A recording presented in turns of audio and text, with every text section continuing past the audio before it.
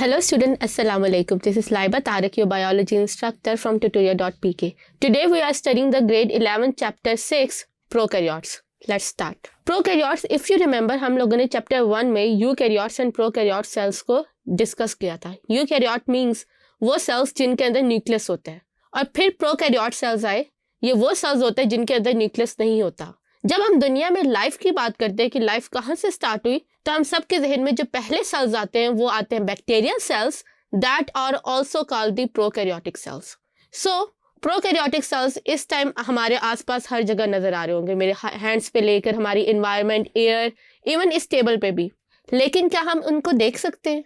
तो जब लोग उस प्रोकैरियोटिक सेल्स को देख नहीं सकते थे, इट मीन्स कि उन्होंने उनको स्टडी भी नहीं किया था. प्रोकैरियोट की स्टडी का ताल्लुक माइक्रोस्कोप की इन्वेंशन से, क्योंकि माइक्रोस्कोप वो पहला इंस्ट्रूमेंट है जिसके थ्रू हम लोग यूनिसेलुलर ऑर्गेनिज्म यानी वन सेल्स को हम स्टडी कर सकते हैं, देख सकते हैं. सो दैट्स वाई हमेशा याद रखें कि प्रोकैरियोट्स यानी कि बैक्टीरिया सेल्स की डिस्कवरी माइक्रोस्कोप के बाद हुई. बैक्टीरिया सेल्स कब डिस्कवर हुए, कैसे डिस्कवर हुए और उनको कब साइंटिस्ट ने एक उनका होल किंगडम प्रोवाइड किया, इस सब को स्टडी करने के लिए हम लोग इस टाइमलाइन को देखते हैं. सबसे पहले 1674 के अंदर एंटोनियो ल्यूवेन हुक ने बैक्टीरिया को डिस्कवर किया था और ये उसने डिस्कवर किया था by using hits own microscope जो कि उसने कस्टमाइज की हुई थी. फिर 1882 के अंदर एहरनबर्ग ने इंट्रोड्यूस किया था बैक्टीरियम नेम. फिर 1861 के अंदर जॉन हॉक ने बैक्टीरिया को किंगडम प्रोटिस्टा के अंदर जो था वो इंक्लूड कर दिया. किंगडम प्रोटिस्टा ये वो किंगडम होता है जिसके अंदर हम हर उस ऑर्गेनिज्म को डाल देते हैं जिसका किसी भी ऑर्गेनिज्म के साथ कोई फाइलोजेनेटिक रिलेशन नहीं होता, ना ही हमें उन ऑर्गेनिज्म की सही से समझ होती है. So you can say that at that time kingdom protista was the junk drawer of your room. फिर उसके बाद 1866 के अंदर अर्नेस्ट ने बैक्टीरिया के लिए एक सेपरेट ग्रुप डिजाइन किया और फिर 1838 के अंदर हर्बर्ट ने बैक्टीरिया को एक न्यू स्टेटस प्रोवाइड किया which is the state of Monera. और फिर 1969 के अंदर जब रॉबर्ट ने 5 किंगडम सिस्टम प्रपोज किया था तो उसके अंदर ये डिस्कशन चल रही थी कि बैक्टीरिया को भी एक सेपरेट किंगडम प्रोवाइड किया जाए.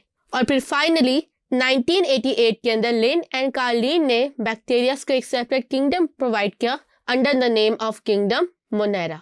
बैक्टीरिया सेल्स या हम प्रोकैरियोट्स को दो तरह के सेल्स में डिस्टिंग्विश करते हैं. पहले होते हैं प्रोकैरियोट्स, ये वो होते हैं जिनके अंदर न्यूक्लियस और उनका जो होता है कोई भी ऑर्गेनेली प्रेजेंट नहीं होती. फिर उनकी तरह के कुछ और ऑर्गेनिज्म थे जिनका नाम था Archaea. Archaea as the name show के आर्किया मींस एशियन बैक्टीरिया. ये वो बैक्टीरिया थे जो बैक्टीरिया के साथ यूनिसेलुलर तो थे ही, लेकिन उनका कुछ स्ट्रक्चर जो था वो बैक्टीरिया से बहुत ज्यादा डिफरेंट था. सो आप कह सकते हैं कि ये बैक्टीरिया प्रोकैरियोट्स और यूकैरियोट्स के दरमियान में एक डिफरेंट लाइनेज या एक थर्ड डोमेन क्रिएट कर रहे थे. इस थर्ड डोमेन को स्टडी करने के लिए हम लोग जिस ट्री को यूज करते हैं इसको हम लोग ट्री ऑफ लाइफ कहते हैं. ट्री ऑफ लाइफ का मतलब ये होता है कि ये वो ट्री है जो कि आपके सारे ऑर्गेनिज्म का आपस में फाइलोजेनेटिक रिलेशनशिप शो करते हैं. इसमें आपको नजर आ रहा होगा कि हम लोगों ने बैक्टीरिया, आर्किया और यूकैरियोट्स को 3 सेपरेट डोमेन्स में जो है वो डिस्टिंग्विश किया हुआ है और पुट किया हुआ है. सो व्हेनेवर वी से कि लाइफ के जो 3 डोमेन्स हैं तो उनके अंदर जो पहला डोमेन है वो है बैक्टीरिया का,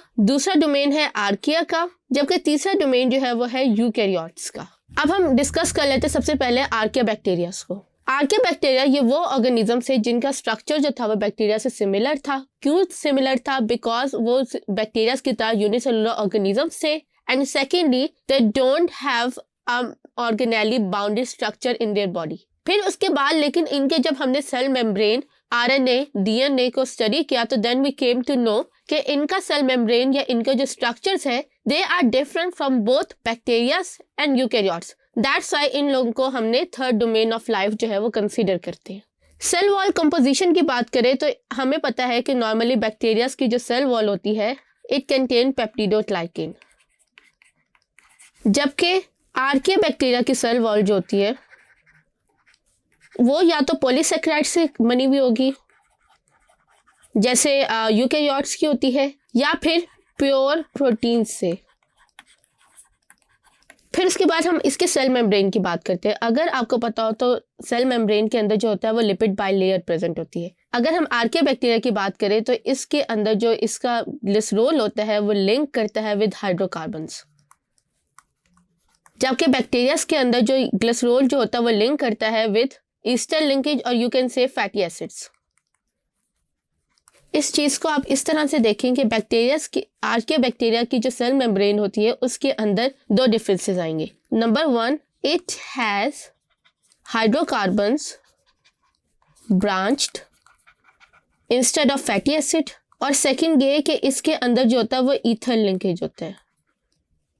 अब हाइड्रोकार्बन और ईथर लिंकेज का क्या ताल्लुक होता है? अगर आप यहाँ पे हाइड्रोकार्बन को देखें तो हाइड्रोकार्बन के अंदर बहुत सारी ब्रांच होती है। हमेशा याद रखें कि किसी भी कंपाउंड में जितनी ज़्यादा ब्रांचिंग होगी इट मीन्स कि उसका मेल्टिंग और बॉइलिंग पॉइंट उतना ही ज़्यादा हो जाएगा। इस वजह से आर्किया बैक्टीरिया जो है वो एक्सट्रीम हॉट इन्वायरमेंट और एक्सट्रीम टेम्परेचर में सर्वाइव करते हैं, क्योंकि उनकी सेल मेम्ब्रेन इतनी ज़्यादा स्ट्रॉन्गली बॉन्डेड और ब्रांच्ड होती है कि वो इजीली डिसइंटीग्रेट नहीं हो सकती। फिर हम इनकी बात करते हैं मिथेनोजेनेसिस की। मिथेनोजेनेसिस का एज द नेम शो कि it is the ability to produce methane. ये बैक्टीरिया जो होते हैं ये अपनी फूड ऑब्टेन करते हैं by creating a by product that is known as methane. ये मोस्टली जो होता है, आपने मीथेन की स्मेल अगर आप गंदे पानी के पास या गटर के पास खड़े हो तो आपको एक अजीब सी स्मेल आती है। So this is created by degrading the organic molecules. क्योंकि ये बैक्टीरियाज हैं तो ये जो है ये आपके ऑर्गेनिक मॉलिक्यूल्स को डिसइंटीग्रेट करते हैं, और जब ऑर्गेनिक मॉलिक्यूल्स को ये यूज करते हैं एज देयर फूड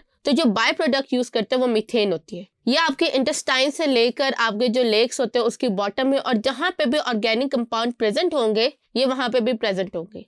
और आपको कैसे पता चलेगा? आपको ये डिस्टिंग्विश स्मेल से पता चलेगा जो कि मीथेन की स्मेल होती है। फिर उसके बाद हम इनके मोड ऑफ न्यूट्रिशन की बात करते हैं। इनका मोड ऑफ न्यूट्रिशन बैक्टीरिया के मोड ऑफ न्यूट्रिशन से मिलता जुलता है। So that's why they create the food by with the help of sunlight. Sometimes ये जो होता है ऑर्गेनिक कंपाउंड्स को डिसइंटीग्रेट करके यूज करते हैं, जैसे आपको मिथेनोजेनेसिस में नजर आ रहा था। समटाइम्स ये इनऑर्गेनिक कंपाउंड जैसे हाइड्रोजन सल्फाइड वगैरह कंपाउंड को या आयरन कंपाउंड को भी यूज करते हैं to obtain their food.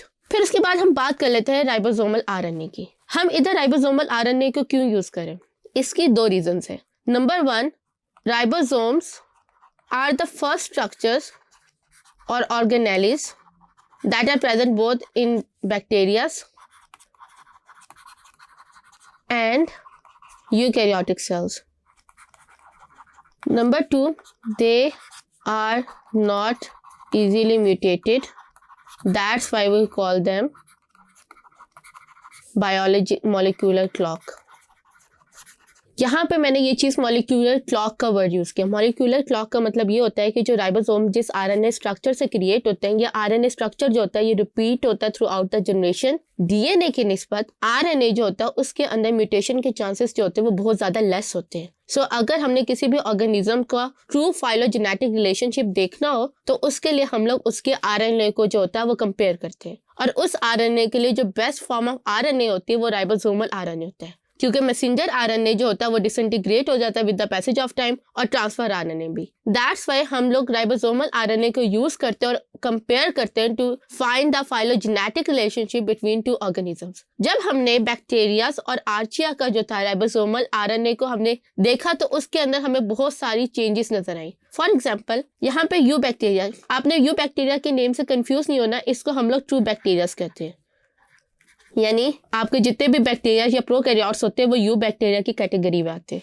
You bacteria के अंदर जो यहाँ पे जो आपका अमीनो एसिड का सीक्वेंस है वो, और आर्चिया का यहाँ पे जो अमीनो एसिड का सीक्वेंस है वो आपको चेंज नजर आ रहा है। फॉर एग्जांपल जो यू बैक्टीरिया उसके अंदर CUC है, जबकि आर्चिया के अंदर जो है वो साइटोसिन, यूरेसिल एंड यूरेसिल है। तो दो यूरेसिल के होने की वजह से यहाँ पे जो अमीनो एसिड डिकोड हो रहा होगा वो डिफरेंट होगा फ्रॉम दिस प्रोकैरियोटिक बैक्टीरिया। इस तरह की बहुत सारी म्यूटेशन या बहुत सारे डिफरेंसेस जो थे वो हमें राइबोसोमल आरएनए में नजर आए थे बैक्टीरियाज के और आर्ची बैक्टीरियाज के।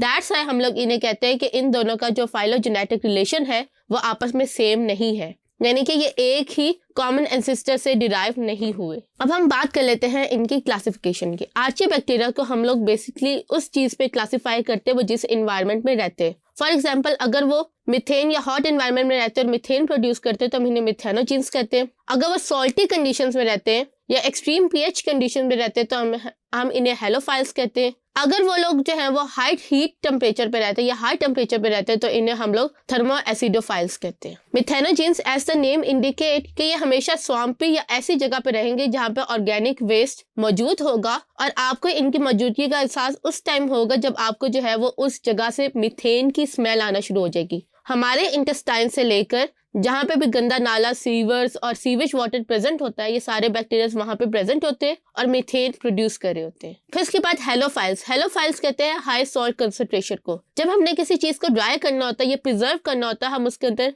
सॉल्ट कंसंट्रेशन बहुत ज्यादा हाई कर देते हैं ताकि बैक्टीरिया ग्रो ना हो। लेकिन उसके बरक्स आपके जो आर्चिया बैक्टीरिया होते हैं वो इन कंडीशंस में बहुत इजीली सर्वाइव करते हैं और ग्रो कर लेते हैं। फिर इसके बाद थर्मो एसिडोफाइल, या आपके बेसिकली हॉट स्प्रिंग्स या हॉट टेम्परेचर इन्वायरमेंट होते हैं जैसे गीजर्स वगैरह, जहाँ पे जो होता है वो टेम्परेचर बहुत ज्यादा बॉइलिंग पॉइंट तक हाई होता है और वहाँ पे नॉर्मली बैक्टीरिया का सर्वाइव करना मुश्किल होता है, लेकिन आपके आर्चिया बैक्टीरिया जो होते हैं वहाँ पे सर्वाइव भी करते हैं और ग्रो भी करते हैं।